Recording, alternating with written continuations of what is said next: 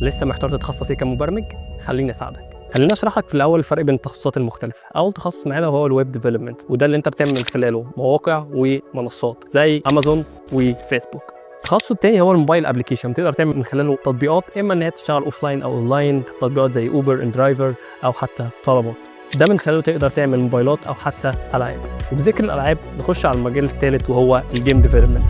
تقدر تعمل منه العاب زي العاب فورتنايت، بابجي، او العاب اوفلاين زي ماريو على سبيل المثال كلعبه بدائيه. نخش على التخصص الرابع بتاعنا وهو السايبر سيكيورتي. اي حد بيبني ابلكيشن او بيبني موقع او تطبيق بيحتاج حد يامن له الداتا اللي بتتنقل عن خلاله، فبيحتاج لمتخصص في السايبر سيكيورتي. اخر حاجه نتكلم عنها هي الامبيدد سيستم، وده بيختص اكتر بالعربيات والحاجات اللي بيكون فيها اجزاء هاردوير، زي ان انت تخلي الباب يفتح لوحده او روبوت يقدم لك الشاي. فلو انت محتار تبدا بايه او مش عارف تبدا باي تخصص، جرب تعمل مشروع في كل تخصص واختار الحاجه اللي انت حاببها. اختيار التخصص من قرار مفاجئ، لكن لازم تمشي في اتجاه واحد. تابعنا عشان تعرف معلومات اكتر ازاي تختار تخصصك. سلام.